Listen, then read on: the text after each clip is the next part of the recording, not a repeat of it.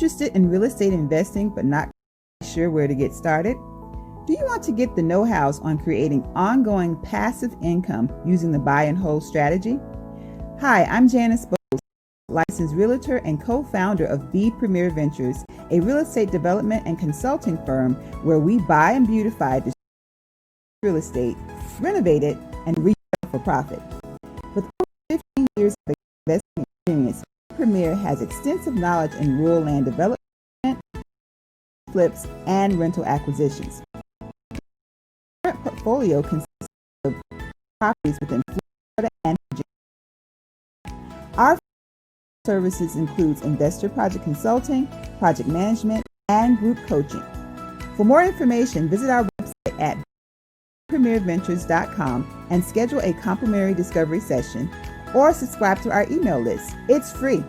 Follow me on Instagram at Janice Bowles for additional real estate investing tips. B Premier Ventures, we buy and beautify.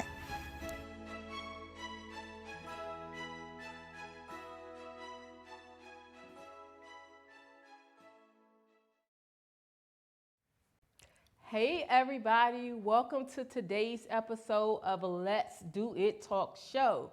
It's your girl, Ladrine Howard Peterson, the CEO and founder of Do It, delivering on ideas and thoughts. And you know what I do in a nutshell, right? I help to turn dreamers into doers, and I do it from two aspects. I do it from the aspect of career development, resume writing, interview preparation. You're looking to change your job or you have an issue on your job.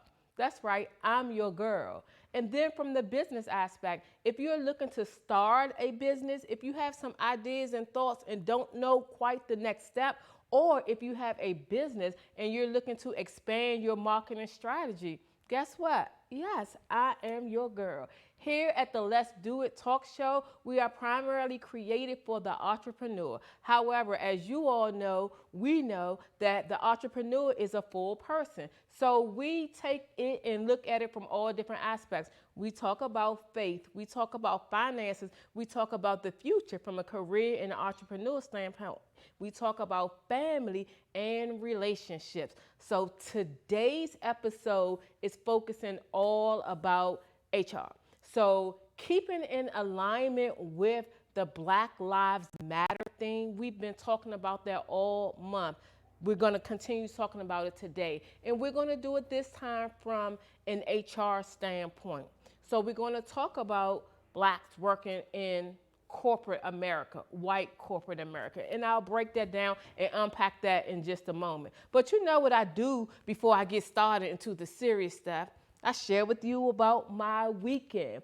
And my weekend was oh so great. So I'm going to go a little bit out of order and I'm going to flip back to Friday. So first, I want to talk to you about a little bit about my weekend, whereas I had a great time this weekend. It was my grandson's graduation. He goes to a Montessori school, Latin American Montessori school. So his graduation was virtually, and it was also bilingual. So it was Spanish and also English. Very wonderful program. And this is us being silly. They had graduation parties for each one of them. And then you know me, you know what I've been doing. Learning how to cook during these COVID-19 days. I've had some wonderful teachers, but y'all, I'm doing my thing. So I circled back with the barbecue chicken because I had it earlier this week, but it was really good. And Latasha Briscoe, I'm not going to talk to her about the biscuits, but Black Lives Matter, like Black Lives Matter, Black Lives Matter. So one other thing before we jump into that is I have to share with you all on Friday. If you have not heard of the EE Squad Elevator, it's an entrepreneur group, right? Led by Cheryl Wood, Dr. Cheryl Wood. And it's about 100 of us in there. But we got surprised. We got a surprise guest who was none other than Lisa Nichols. Lisa Nichols. So I have a few short clips and really quick information because I got to ask a question. So I just pulled a little bit from the video and you'll see it as it shows. it'll go into giving information. So I guess we'll bring it up a little bit later. But we had a whole discussion, and I was excited, but I wanted to tell her about, you know how you meet somebody and they make an impact on you, and sometimes you never get the opportunity to tell them again later, right? So we were in a setting, and I actually had the opportunity to not only share with her how she impacted my business life and my personal life, but she engaged in a conversation. And it was so personal in terms of making people feel very important, because later on along the way, she said my name again. And so I have a clip of that. So I'm not sure if we can bring it up now, and if we can, we'll roll it. But if not, we're going to keep the show rolling. How much, who was my Ladrine and my family, and they needed to. Question. I just wanted to acknowledge Peggy because she is still here. So, Ladrine, you got a question? Yeah, so I actually had a comment, and I just wanted to give a serious shout out to Lisa. It was at the gala, Cheryl, when I saw you do your signature speech, but it was different than I've ever seen it before. But the one thing that I want to say is, Lisa talked about people operating out of 80%. And when I tell you, I was sitting at the front table right there, and you directly spoke to me. I share my story a lot, but I also often hide my shine. I honestly do. Been doing this since I was a little girl. Brilliant, but hide my shine. When you said that to me, I mean, you said it to everybody, but to me, I was talking to you. I said,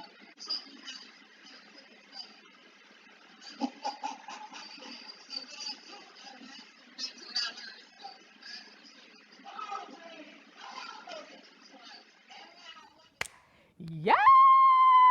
So that was a very powerful moment for me. And just the whole thing to engage in discussion. And then the moment when she said, Ladrine, you inspire me. Y'all know I'm gonna cut that up, rewind it, and it's gonna be a commercial and everything else. I'm so serious about that. So y'all got a piece of it. I didn't even get an opportunity to do a post. I was so busy this weekend. So that was my whole weekend was highlighted. Graduation, cooking, and of course Lisa Nichols. And if you don't know about the EE Squad, look up Cheryl Wood and look up EE Squad. It's a membership that you pay a very minimal amount.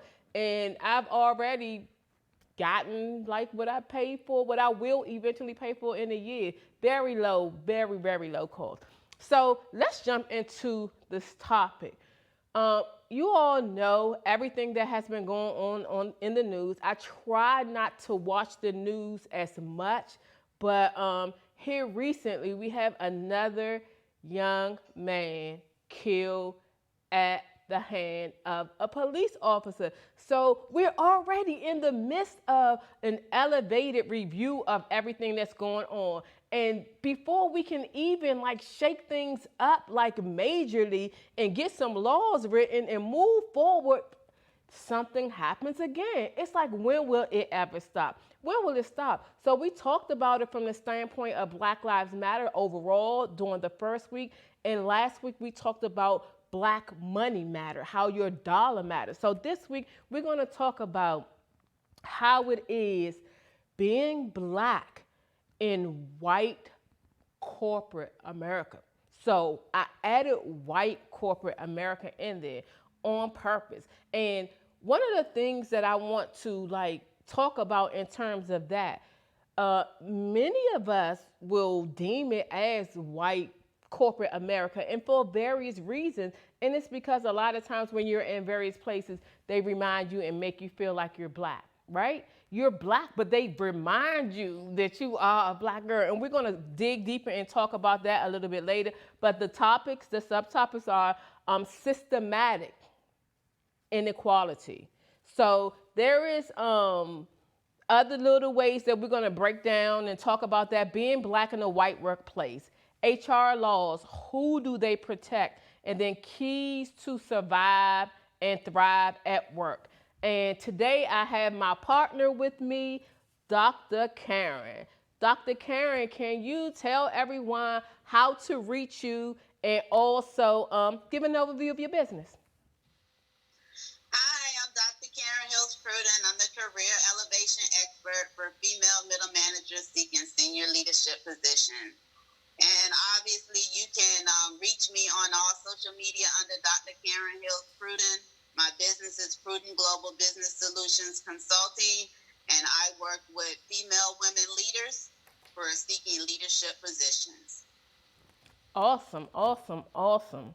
So let's dig into the first topic, systematic inequality. And one of the things we could touch base on is when I first text you the information, you were like, is that the angle that you want to go in versus systemic? And I said, yes. So it's basically from an article that I pulled that talked about systematic inequalities. And it pretty much garners down that from the beginning of time, you know how we talk about from the beginning of time from slavery and trying to catch up, we are already at a disadvantage. It talks about the same thing, but from a workplace standpoint. So it dig down into how are we supposed to catch up. The system was designed with inequalities put in place. And the problem becomes when no one can see this. Like when no one can see this, and then unfortunately, when a black person, African American, when they get to a certain level, they only feel like they have enough strength to protect themselves. So they begin to become blind by it, and so the systematic inequalities don't seem as unequal for them. And when all of these things happen, someone thinks one way, race, privilege. Someone begins to think another way, unprivileged. Then someone that's unprivileged makes it. Then their thinking can begin to shift. So that does happen, but I want to demystify from my personal experiences. My experiences coming up, and Dr. Kern and I will go into details and share some of our specific examples. But overall, I just wanted to touch bases on this one. My experiences is that along the way, I figured out the game. And everybody who knows me knows that I don't play games. When it comes to my business and it comes to a professional standpoint, I'm not going to bend from who I am. I'm not going to pretend or that I don't see something, and I'm not going to let anybody make me feel disrespected without me taking action. That's how I've always been, and that's how I will always continue to be. But it's a price that you pay for that. It's a price that you pay. I know like some of my moves were unpopular or surprising to people, but I make my point to say just because of how how it looks and how people begin to act, you have to make sure that you keep your third eye open. You always have to stay woke and be aware of what's going on and stop looking at little teeny things. And then the one thing, like for sure, if I don't say anything else about this topic, stop only being concerned with yourself. Because when you're only concerned with yourself, you're doing a great disservice to the entire community. From both sides, not just from the black side. From the black side, you're not making it any better, but from the white American, the Caucasian, you're making them think that treating us this way is okay when it's not okay. It's not okay. Dr. Kern, do you want to chime in and say anything about that? Absolutely. We also in the workplace, we have to know our value. Know our value and invest in ourselves. There'll be many times throughout your career that your employer may choose not to invest in you, and you know that you need certain qualifications to make it to where you want to go in your career, and you can't wait for your employer yourself so that you will have the credentials and the qualifications to get where you need to go in terms of what your professional career goals are. And so sometimes people will downplay your goals as you are aspiring to them, but you have to keep your eye looking towards where you're trying to go as opposed to where you are at that particular time. And I'll give you an example. I had a situation when I got my doctorate that my supervisor, who didn't have a doctorate, I was introduced as Dr. Karen, and my supervisor said, and it was on the interview panel, my supervisor said to the candidate, well, I don't have a doctorate. To the candidate. It was very unprofessional, but that was her insecurities coming out because I was introduced as Dr. Karen. And so as people of color, we have to invest in ourselves because others may not invest in us because they want us to keep sometimes those low-level paying positions, those subordinate positions. They don't want us to be individuals who are in charge, and they don't want us to be leaders. So just make sure you know your value. Absolutely. That's a very good point. Very good point in terms of investing in yourself. I myself personally, I have done an individual development plan ever since I was a GS7. So I'm speaking of almost 25, 4 years ago. And it has helped me greatly. And then it also allowed me to write justifications based on whatever the organization needs so that I can receive funding for various things. I always talk about how the federal government does not pay for degrees. Like, you can't say, I want the federal government to pay for my degree, but they pay for classes. So as things added up, you can do the numbers. I have 2 master's degrees and I did not pay a penny for them. So it's all about understanding. But even there have been things that I have paid out of my personal funds that I have invested in myself. And I started like way back. The Society for Human Resource Management is one. I know that that was a certification, and it is for a human resources community. And the certification means something in the community. And also it's a certain level of competence and skill set that you needed to know. So that was one of the things that I was like, the government doesn't pay for membership. It wasn't policy that I could get around that. So I invested in myself. So very good point that you make on that. And then once we go through, all of the topics will intertwine so you can bounce back and go around as we move along.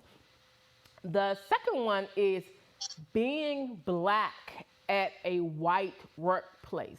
And the whole thing of understanding this, again, I put the emphasis on being white, like being defined as a white workplace. And what it all boils down to is the culture of the organization is normally driven by whatever greater percentage of demographics is represented. That's in any given place or given understanding. But again, it is when you sit back and start thinking about things like, who said that it has to be that way? When there's a rule and a regulation, I get it. But when there's something of a culture, policy is unwritten. It's a culture. It's the way of life or the way of operation for their business. Who said so? Who said so? So one of the things, like, and we can go back and forth in terms of the topic, but one of the things that I greatly want to address, because I know, like, I got accused of it or was characterized as it, that black women are hostile or angry. So you all know when I'm speaking and I'm motivating somebody, I'm like this. When I was on the video talking to Lisa Nichols, I was like this. I have always expressed myself with my hands and with excitement, whether it's a happy thing or a sad thing. And sometimes people can take that the wrong way and shape it and form it into however they want to be. And then to make matters worse, I used to be so serious. I was serious about my business, about my work, and about doing what I needed to do at my job. I did not come to play. When my friends would come to my desk to visit me, it was no playing around. I would like kindly walk them out to the elevator and be like, I'll talk to you at lunchtime. So they used to laugh and make a joke about me. I was at work to get my work done. I had a mission, I had a plan. So I was on board and I was so serious about it. So sometimes they took those things very wrong from very, very, very early on. But it was then when they began to recognize and really understand my smarts, my ability to strategically think, and my technical knowledge. It was at a point where it almost forced them to get to know me. And then once they got to know me, they understood me. I was not going to conform to their way. I'm not soft-spoken. Why would I pretend to be soft-spoken? Because that was the way of the culture of the organization. It was either I leave or they accept me as I was. And guess what? They accepted me as I was. So I have a few more. Do you have any that you can think of, Dr. Karen? Well, I just think of, now the buzzword is innovation and be authentic. And so now what employers are looking for, they aren't looking for carbon copy. They are looking for the next innovative individual who is authentic, who speaks to their customer base. And so now if you go into the workforce and you conform to the majority, you're making yourself a carbon copy, even though you may be a person of color, to the majority. And that's not what innovation is. Innovation is something that is different, something that is extra, something that supersedes what is currently going on. And so people need to realize, like you said, know your value and be authentic, whether it's in your communication, whether it's in how you dress, whether it has full conformity, does not breed innovation. And only innovative people allow employers to be competitive and front runners. Yes. A lot of times when we see people who are themselves and they are outliers and they're extremely successful, sometimes people get resentful because it's like, hey, I could have been myself and I still could have been. But those individuals recognize their value and they recognize that their authenticness is going to be valued by the right employer or sponsor or whatever. And so they continue moving and continue being authentic, and then they find a home where they can be themselves and they be successful. And so being authentic, just keep it moving. If people don't accept you for who you are, keep it moving. Sometimes that's why people establish their own businesses. If they can't find employers who accept them for who they are, and then when they get big, guess what? The big companies come a calling, and then they want to buy your little business because now you are successful. Yes, and you make some very good points. Some of the things that I had written down was your appearance. I can remember years ago, I was at an HR event, and it was an open forum where we were on a panel answering questions. And one of the young ladies in the audience said that when she goes on an interview, that's when she wears a wig. Like, I don't have a problem with wig tracks or anything at all, but she specifically said when she goes on an interview, that's when she wears a wig. So I went into dialogue with her and I asked her why. And she began to say that she doesn't want them to not pick her because of her naturalness, her natural hair. She'll go in there and do whatever she needs to do, and then over time she will become relaxed. And I said, why would you do that? Like, why would you devalue yourself, and why would you do an imitation of yourself?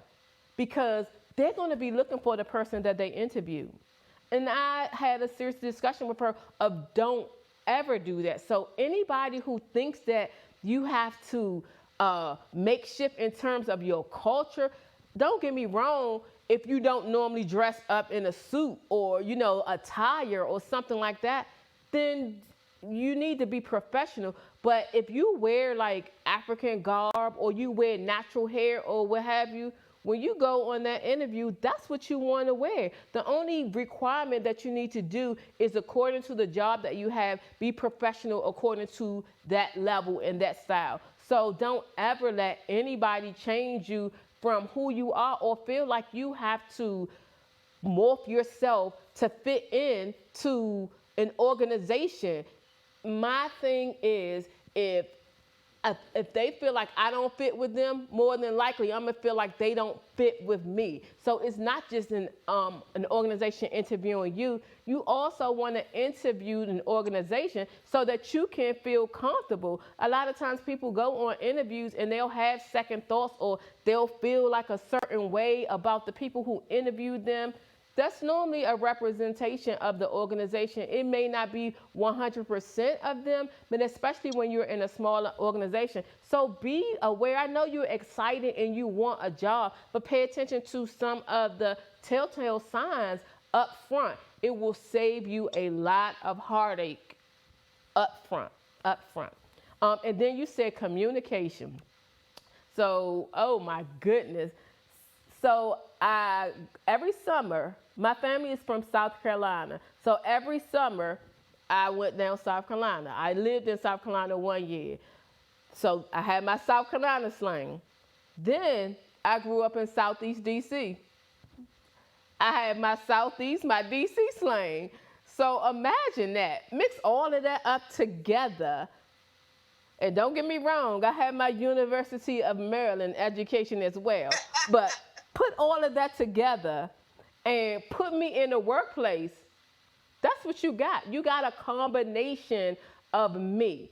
And my communication, I can speak very well. No issues, no problems. When I'm relaxed, I might throw a little slang. I have been in board meetings where I have talked slang, whatever it is and however I'm going. And don't get me wrong, I maintain my professionalism, but I am who I am. So that communication thing, I always laugh about that. And I speak with my hands. And mind you all, I've traveled all over the world. So can y'all imagine me in the Chinese embassy talking and doing, they caught on and they realized, that I knew what I was talking about. So your parents probably told you when you were younger, like they can talk about you, they can do all these things, but no one can take away your knowledge. No one can take away your knowledge. And I use my knowledge to let that represent and speak for me. So a lot of people look at things from the surface, but I'm a core type of person. But what you see, that's what you get. I am who I am. So it was so funny, Dr. Karen, when you actually said that. And I can't take away my South Carolina accent, and I can't take away my Southeast accent. It is what it is. It is what it is. It gets mixed all in together. So, any other things that you could think about in terms of being Black at a white workplace? Because after this, we're gonna go in and we're gonna dive into some of the wrong treatment that I have faced, and many of you may have faced it as well. Any other thoughts on the last topics before we move forward? No thoughts. I'm a certified diversity executive, and so sometimes when companies are interviewing, they are not looking for a carbon copy. They're looking for your diverse self, and they're also not looking for an African American copy of a white Caucasian worker.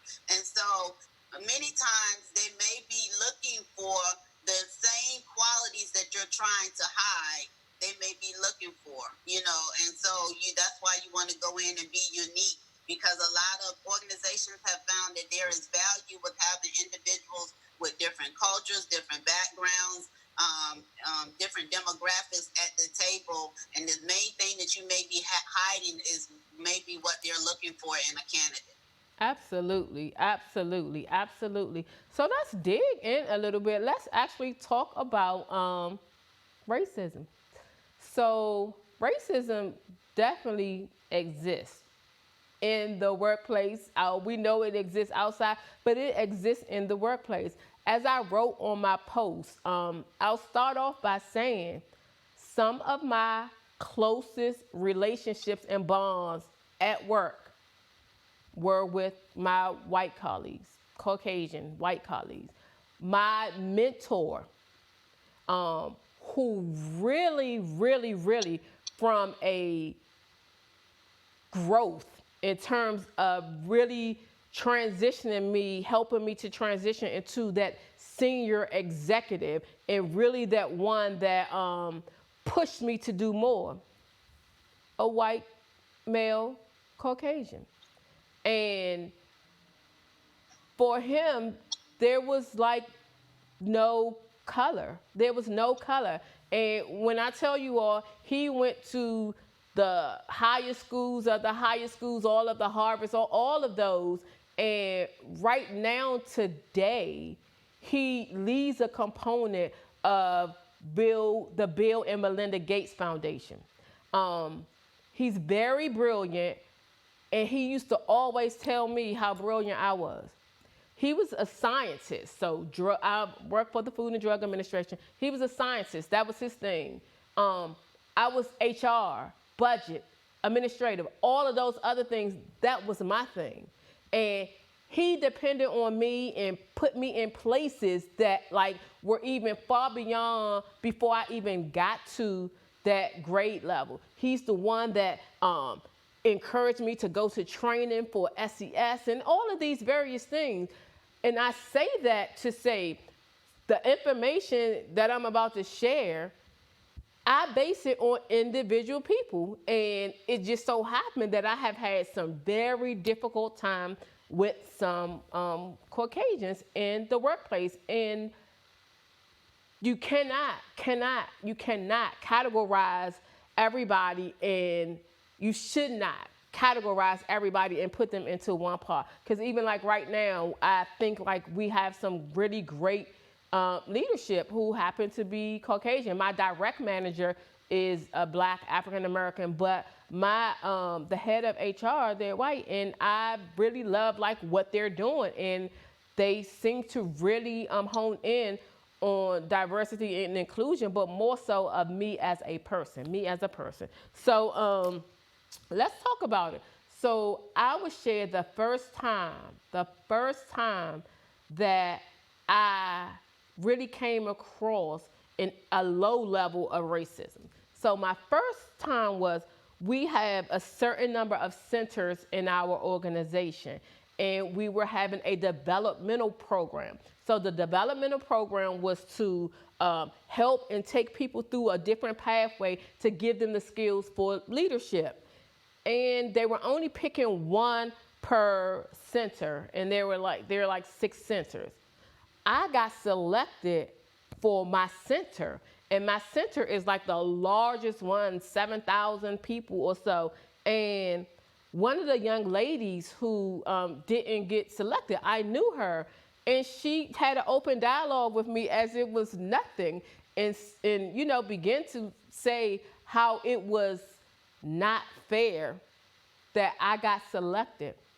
So y'all know me, I began to break down the criteria, and I'm like, the criteria, yeah, I scored very high on that. And I ended up talking to someone, because believe it or not, she made me feel bad a little bit. And I went and talked to someone who was actually leading the program. I was asking them about our information, and she pulled me to the side, and she said, let me teach you a lesson like early on. Don't let anybody water down your shine. This competition was based on criteria. You were off the charts with the criteria. You met everything. Do you know how many people applied for this? Only one person per center. So she said, you deserve to be in this program. Your background put you into this program. Don't let anybody take anything away from you.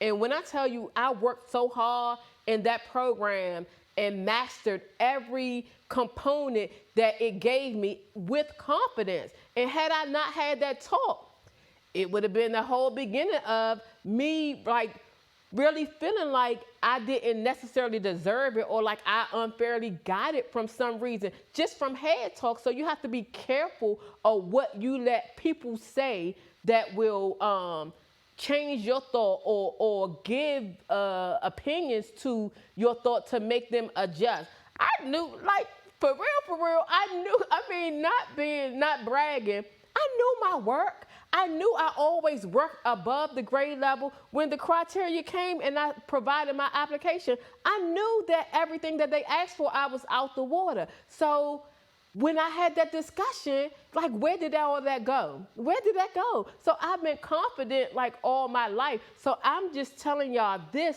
to say, when you're in an environment, when you are a minority, these are some things that can happen where people can actually get into your headspace. And in my younger, earlier days, this is one time where it actually happened. Nonetheless, I ended up becoming that young lady's supervisor, but I didn't treat her any different or anything. Dr. Karen, and I have some other ones, but I want to like go back and forth. Anyone that you want to share? I had a situation where I had went and got some credentials, and you know how you have your signature on your email, and everybody had their credentials on their email signature. And so when I got my credentials, I put my credentials on my email signature. I was proud to get my credentials. And because my boss did not have the same credentials, my boss decided that she would change the format of the email signature to reflect that no one would illustrate and demonstrate their credentials. Wow. Wow. Now, it wasn't an issue up until I got my credentials, and I was the only person of color with the credentials. It wasn't an issue until I got my credentials, but I guess the lack of her credentials, she felt, I guess, would be magnified because now my email signature had my credentials on it. And she actually changed the format for the email signature so that no one could illustrate their credentials behind their name, just so that she would not stand out as one who didn't have credentials. Now, prior to that, there were a lot of individuals who looked like her who had credentials in their email signature, but they didn't look like me. So when I got my credentials and I changed my email signature, it was at that time that she changed the format. And I was the only person of color at that time. Wow. Wow. Wow. And so they changed the rules on you. You're in the middle of the race, and they'll change the rules on you just because they think that you have some type of advantage, because they have the powers. Sometimes they have the power to change the rules. And so she had the power to make that formatting change, and she did, just so that I wouldn't be, I guess, show her up or whatever. And that was not the case. It was just that she didn't have the credentials. Like, can I live? Can I just be me? Yes. And it's so funny because that was the other topic about how policies, like, who are the policies written for? And while it was legal for her to change that, it's just like a crazy thing. Like, there are legal ways to be unjust. Like, it's a whole real thing. But the next one that I'll share, and I'll share a brief one, then I'll go into a more deep one. So it was just like I was getting tested. So that first one, I bounced back and everything, went well. So at this time, I'm middle management. My office is in a suite, and I'm in the suite with some very high profile managers. My managers in almost every time my position, very high profile for the Food and Drug Administration. So at this time, so I'm in a suite. We're an office that's growing. I'm senior management officer, so I have a team of individuals who handle the administration and as well as HR. So it is this very senior scientists. And mind you, FDA is a scientific organization. It is a senior scientist who had done some things in his career and had a name for himself, right? And I can't even say his name, but he was very noted and very up in age. And by this time, he may have been about 77. So mind you, I grew up respecting my elders. But y'all, like, this was a pray for me moment. We had a discussion. It was about an activity, and he wanted my staff to do everything. Like, we did everything, but he wanted us to do the part that he was supposed to do. So I'm speaking to him like, sir, that's not our responsibility. And actually, if we do that, we will be out of line. It will almost be like forging your information. I can have someone to sit with you and walk with you as you complete the information, but no one on my staff can complete it on your behalf. So he began to go on, and I was like, I need to excuse myself because I have another meeting. Y'all, he said, do you know who I am? Do you know? And he was really tall. Do you know who I am? Do you know who I am? My name is Dr. Da da da da da da da. What do y'all think I said? Do you know who I am? So my little professionalism, I was like, I'm going to give you what you give me. And I was like, do you know who I am? And I mean, moving and everything, do you know who I am? My name is Ladrine Peterson. And we got into words and it got a little bit heated. And I was like, sir, I have to go to my meeting. So by the time I came back, he got the opportunity to tell his story. And a lot of people, my voice carries. So a lot of people heard, do you know who I am? Do you know who I am? Not his, but mine. Not his, but mine. But the way that I felt when he said, do you know who I am? Do you know who I am? It was very hurtful. And I was trying to maintain for a little bit, but it just automatically went. And I left out some stuff, but I went into the same way you put on your pants, that's how I put on my pants. The same way you do this, I do that the same way. The same, going to my meeting, the same way you do that. So I will admit that I had let that anger get to the best of me.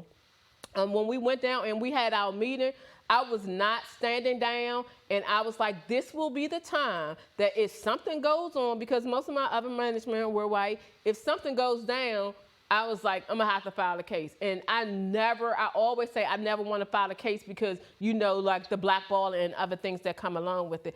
But I so remember how he made me feel. I was so mad. And I was like, oh, he's going to get it back. He's going to get it back. And then he talked about how I made him feel. And I was like, sir, you started it. You know what I mean? I was like, you started, but y'all, little Southeast came out. And I was just like, I was like, so you have to keep your cool. You have to keep your cool. But it's hard to do so when somebody is totally disrespecting you. And that's one thing, in my work environment, because I have led administration for at the FDA level, certain things my office was responsible for doing for all of FDA. 15,000 employees had to come through our office. So we're customer service oriented, but you will not disrespect me and you will not disrespect my staff. The way I came about it was through policies. I will be, address it through that way, but it's just the little things in terms of how one makes you feel. So that was supposed to be my transition of my smaller one, but I just felt him in my face, so I had to just go back and tell you. But one of them that really, really, really, really, really, really, really hurt me, like really bad. I had this lady who was my supervisor, and her daughter, she was Caucasian white. Her daughter had a baby by a black man, and the black man didn't take care of the baby. I got it. It was like, I got all of that. Every hate and every upset that she felt, I got it. It was really bad. At the beginning of it, she really didn't want to work with me, and she was more like a cross manager. She wasn't the director, so she was a non-supervisory leader. So she didn't do my performance plan or all those other things. But every time that I had to meet with her, because by this time I'm coming out of HR, so all I really know is HR. My job required me to learn budget and all of these other things. She would tell me, oh, this is too hard. This is too hard. And I would be like, no, I catch on really quick. And she would be like, oh, just do this. Well, give me like just unmeaningful work. And I would just be like, what? So I told y'all I catch on quick. So after a couple of times when she was like, this is too hard, I was like, hey, we have a problem. We have a problem. And then I realized it and I started paying attention to all the various things and all the ways that she would treat me for every given thing. Y'all, I was walking around not even picking up at first. And then I realized what was going on. So then I found out about, her daughter's father that didn't take care of it. And I began to see her just being angry, disrespectful, and just brushing me off like I don't know. So I wasn't learning like anything. So I went to my managers, I reported it, and they basically was like, you have to work through her. And I was just like, I'm sitting up here telling you all this, and this, and this, and this. And they did not do anything. So I was like, all right, I can work with anybody. I can make this work. So I started like trying to make it work again. And it wasn't happening. So y'all know what happens when I get irritated, right? So it ended up being like a really bad situation. It changed and adjusted my mode because anytime she came at me, I knew she was trying to be sarcastic or whatever. And here's the thing. She was a little bit more mild with hers. I don't do mild sarcastic. My sarcasm comes real hard. So of course it made me look like I was the bad guy after all the torture and after I went to my managers. So I explained to them, I had come to you on numerous occasions and they were like, it's not to the degree. Call employee relations and they were like, going through the steps of what can be done. And at the end of the day, it wasn't really worth it. So I was like, let me just find another job. And I began to get back on a positive mode because I started being like a little nasty, having an attitude. And it was just not me in the workplace. Didn't want to go to work. But let me tell y'all, as soon as I shifted and was like, they will not break me. They will not break me. And I just started praying about it, not wishing sickness on anybody. But she had to go out for 6 weeks and have an emergency surgery. And they brought someone else over. When the lady came over, she started saying, oh, do this, do this. I was like, I don't know how to do that. She was like, what? I was like, yeah, I don't know how to do it. Y'all, she taught me everything like within 2 weeks. So by the time she left, I was a pro at doing this stuff. When the lady came back, I began to say, oh, I know how to do that. You can give me my whole group, my whole responsibilities. I got that. I started helping her with her work. And then I left. Got a promotion, went on around. About 2 years later, my supervisor, a different supervisor came to me and said, oh, this lady, I can't say her name, she is looking to go on a detail. She's about to retire and she just need a home to go to work. She has some good skills. I think we'll bring her on your team. And I was like, oh, no, we won't. So I had a discussion and told him I had an issue with her. And he was like, oh, I did not know that. I kind of like had okayed it, but I will pull it back. And I said, let me think about it, over the weekend. And I'm telling y'all, prayer works. I prayed about it. And I was like, why would I treat her unfairly the way that she treated me? Like, that's not God. Like, that's not the way to go about it. And then I was like, the work that she does, I could use that. Like, no shade, no shade. But I was like, also, I was like, she's coming under my team. My team. If at any point I don't like it or it's an issue, I can release this relationship. So it ended up working really well. She had a change over the 2 years or so, very well respected. well, not I'm not. I don't want to push it overboard. She didn't offend me or get smart with me or anything, but I remember how I felt going to my managers and going to everyone, and it was like they couldn't do anything. And then going to HR, employee relations, and they were like, "Here's your outcome. Are these some of the things that you want?" So we will be placed in situations where we feel and we know that it is so unfair.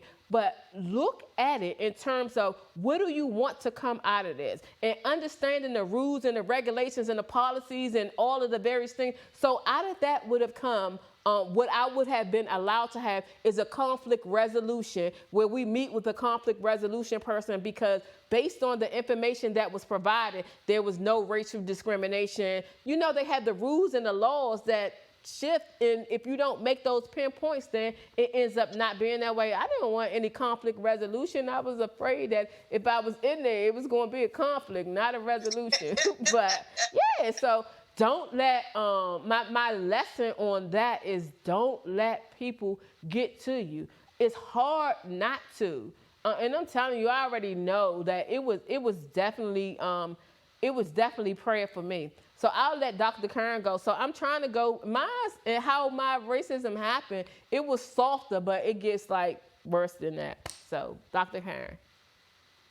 The only other example I like to share is that sometimes they will put undue requirements on you when you are a person of color. An example I like to use is that, you know, periodically we all misspell a word in email, you know, and I misspelled a word in a couple of emails because I was rushing to write an email, and then all of a sudden now I have to go to a grammar class. Oh. A whole class, for real? Just a whole class. A grammar class. Now, other individuals who were higher than myself in the organization periodically misspelled the word in email, because everybody periodically misspells an email because sometimes you write them in haste. But I actually had to attend a grammar class because of a couple of misspellings in the email, and I was the only individual who was sent, and I was the only person of color in the department. And other individuals were like, "What? That's why you got to go to a class? I misspell I misspell words all the time." But nope. So sometimes they will put undue requirements on you simply because you are a person of color. And then in kin with that, also, I was made to think that if I didn't correct that I couldn't be promoted. But then you have emails flying within the network of individuals who are in positions higher than yourself, who also have misspelled words occasionally, because it happens. And those individuals were getting promoted, but it is put to you that you need to take this class, otherwise it may impact your ability to get promoted. So sometimes they will put undue qualifications on people of color and requirements. That's crazy. Like, I would be in school all the time. I can spell, but like when I'm going fast or whatever, I'm writing. My brain is thinking before, so I'm going. So yeah, that would be a challenging one. So yeah, so just to get into it a little teeny bit deeper in terms of racism. So this one is like a little emotional for me. So this is when I had first started my assignment and was about to travel around the world for my organization.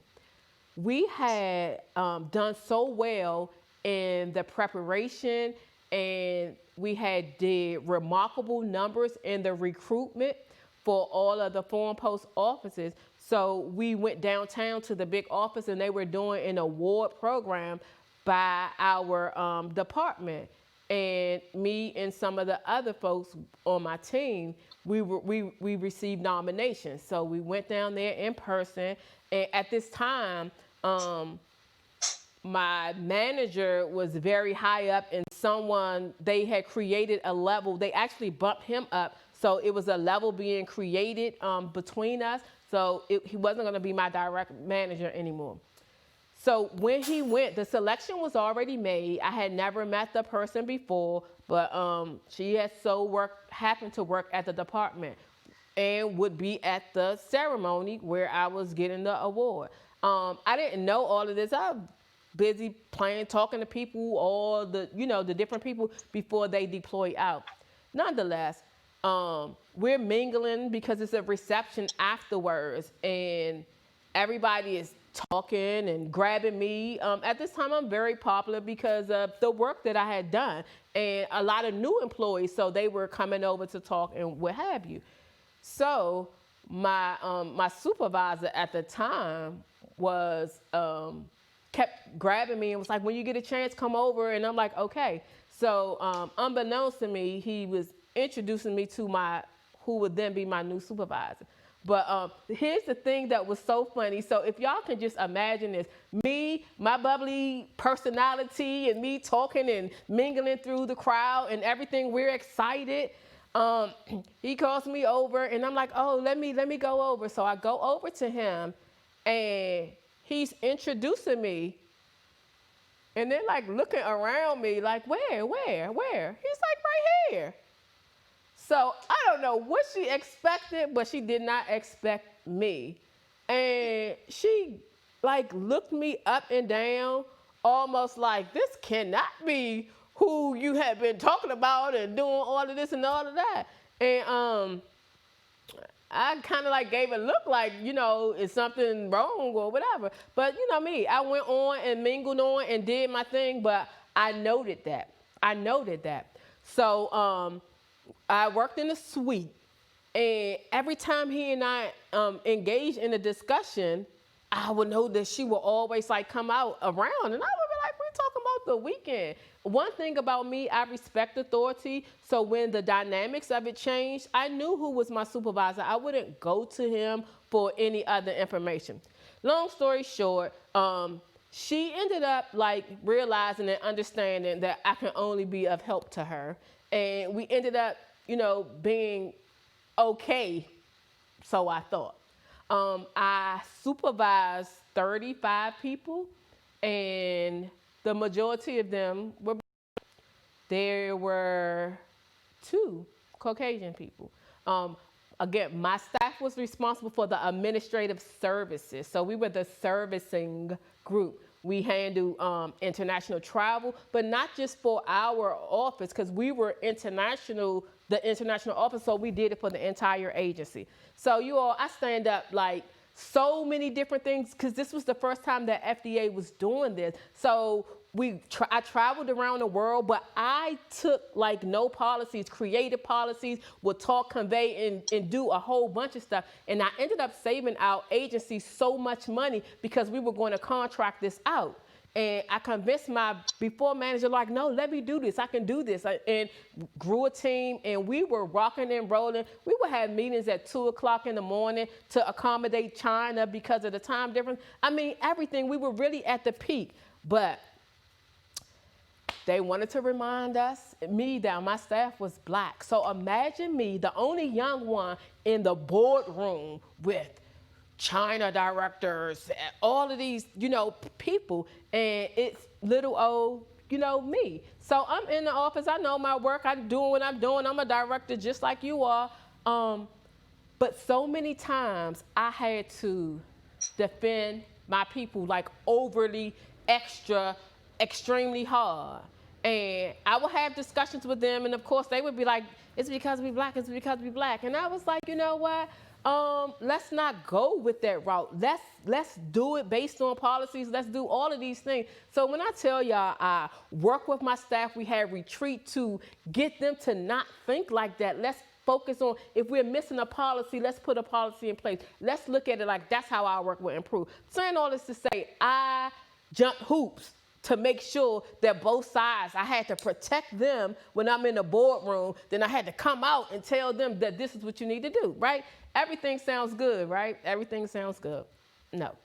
My manager, who was my direct manager, he had gone. He left the agency through he left our office, and now this lady was in charge. Mind you, we had become cool, so I thought.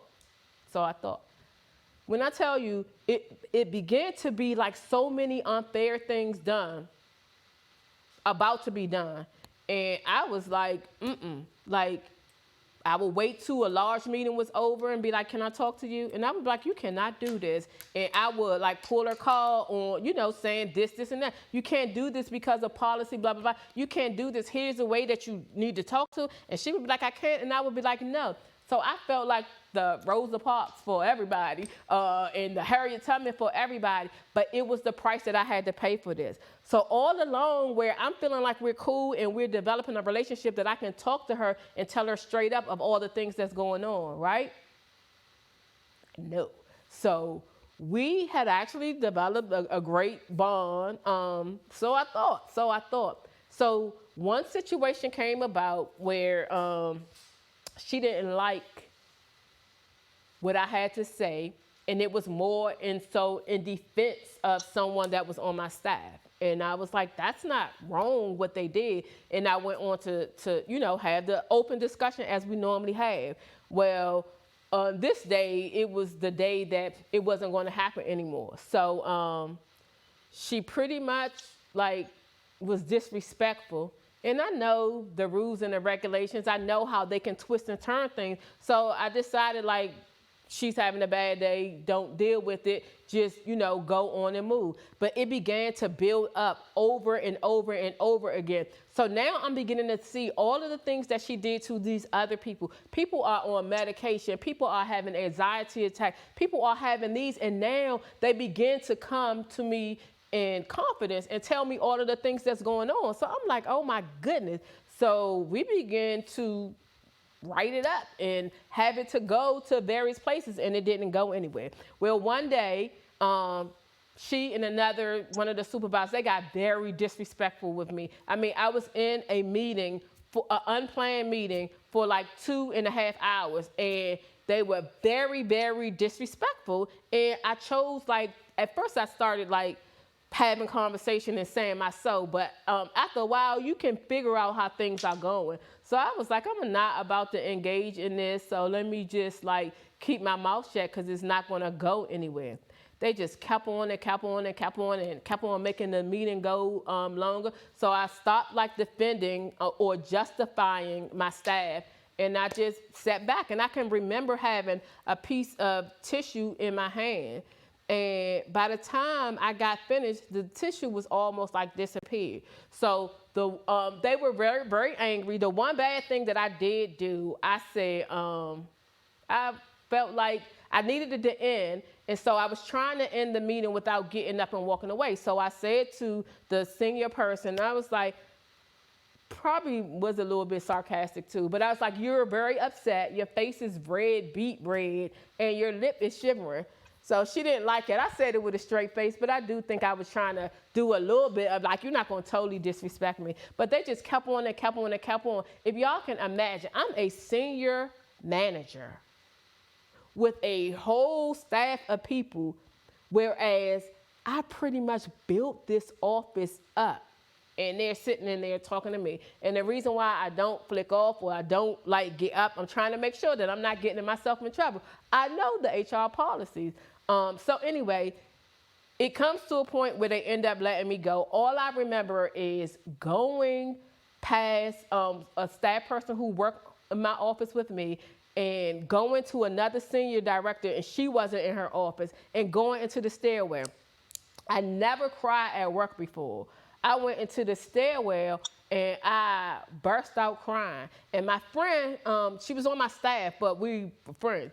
She came in and was like, what is wrong? And by that time, it was only like a 3-second cry. I was like, get off me. And I was like, they're tripping. So I got myself together. I just needed to get that cry out because I couldn't do I couldn't do anything. I had to just sit with it. But how they made me feel, I'm a senior level person. So it does not matter how high you get. It doesn't matter your accolades or anything like that. When they get to a point where they're not feeling a certain way, they will let you know. So I began to think about all the things that happened along the way. If y'all remember the scene in Jungle Fever with Wesley Snipes was discriminated against, and he went into his office and he started pulling down all his plaques. That was me. I knew that I had to go. I pulled down all of my plaques and everything, took them home, and I began to clean my office and pack up everything. And I was like, I have to figure out a way with this. My attitude changed. Instead of good morning, how you doing, and me being the peacemaker and me being the one that help encourage people, people would be like, how's it going? I was more like, it's going, you know, and I felt myself shifting, and I was like, oh my goodness.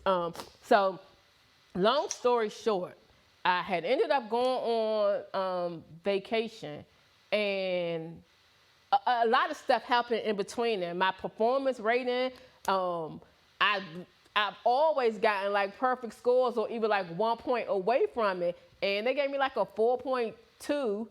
And they were like, it's still good. I was like, but it's not what I deserve. And I went, you know, wouldn't sign my PMAP. So things just started getting like really, really, really crazy. So long story short, I went on vacation and I came back. I had like a little piece, and I was like, it's a new day. Everything will be fine. I remember sitting in the garage and was like, I can't go out because if they say something to me, it's going to be a problem.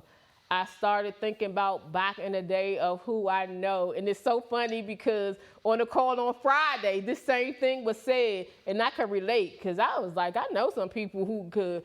I started like actually feeling that way because it was so wrong and I didn't feel like it was anything that I can do. So I'm in the car, like really upset. I'm not really like a crier when it comes to work. And then one young lady comes by. She knows about everything that's going on, and she says, oh, did you read your email? I was like, no, I was on leave. I didn't read anything. She was like, oh, you have a meeting with high up officials. And I was like, for what? I don't even know them. It was like they heard about your story. So basically, they knew my reputation. They knew, and they had all of these other allegations about these two people before.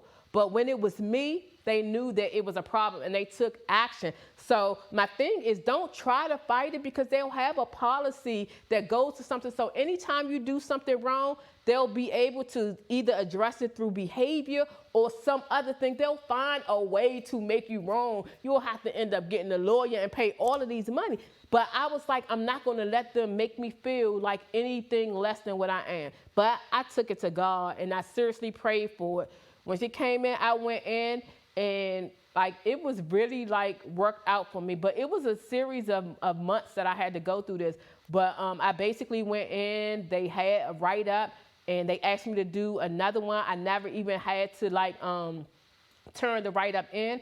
We had a discussion. I told them everything that was going on. They had to apologize to me. They had to apologize to me. And one thing about me, you never change from who you are. I am a child of God, but every now and then you get that. So when they were like, I apologize, I was in there like, for what?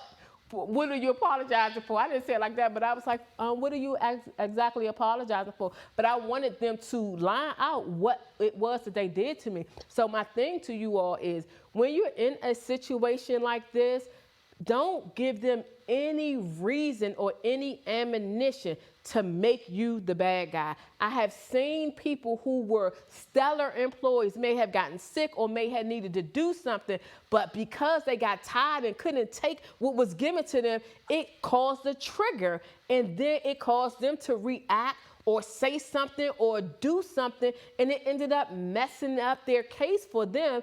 And trust me, the policies that are out there, they're policies, but it's like, who are they really, really working for? Really, really working for. But again, it's all about how they made me feel. And that was some years back. And I had another one in 2017, but I really don't even want to talk about that one for real. It was like really bad. And I really honestly thought about resigning. I thought about resigning from my, at that time, 26-year job. It was that bad. And it was because they tried to use me as like the token. And I was like, no, I'm not being the token for anything unethical, wrong, or what have you. And it was like, if you don't join us, I mean, they didn't say this, but it was like, when I didn't join them, I began to be right on the side with all the other people that were not being treated fairly. I mean, we had like senior directors and other things that resigned, and I honestly, sincerely thought about it. Lucky for me, I normally take off the month of December. Took off the month of December, and like so many things had changed up. My daughter broke her leg, so I was able to take advantage of FMLA.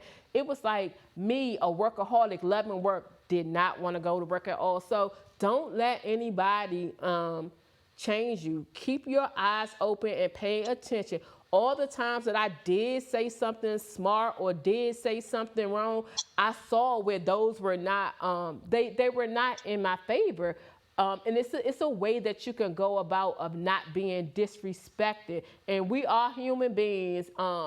It just takes a lot when somebody says something wrong to you or whatever, but you just have to be really, really mindful. So a lot of people look at my climb in the federal government. Yes, I got my promotion every year, except when I was at GS9 with that lady, she called me like 6 months. But other than that, yes, I got it like every year. Yes, yes, yes, yes.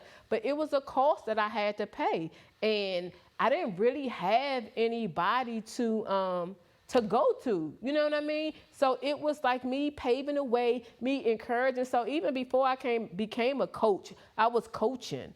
Before I came motivational speaking, I was motivating because it was a group of people that I felt that if it was any trigger that was done, not that they're bad people or that they're wrong people, but basically we were getting treated unfairly because of the color of our skin. And it's a hard thing. Dr. Kern. Well, I think, in terms of time, I do want to. I'll just close out with the keys to survive and thrive at work. Yes. We move on to that. Yes, so, absolutely. I didn't even know what time it was. I got deep, huh? Go ahead. Yes. A few pointers to help you survive and thrive at work. Again, don't be afraid to invest in yourself. You want to network outside of your department so that other individuals can recognize your skills. You want to make sure that you're current on your latest credentials for your industry. Don't wait to be promoted or recognized. Always think of your own professional brand when it comes to your career.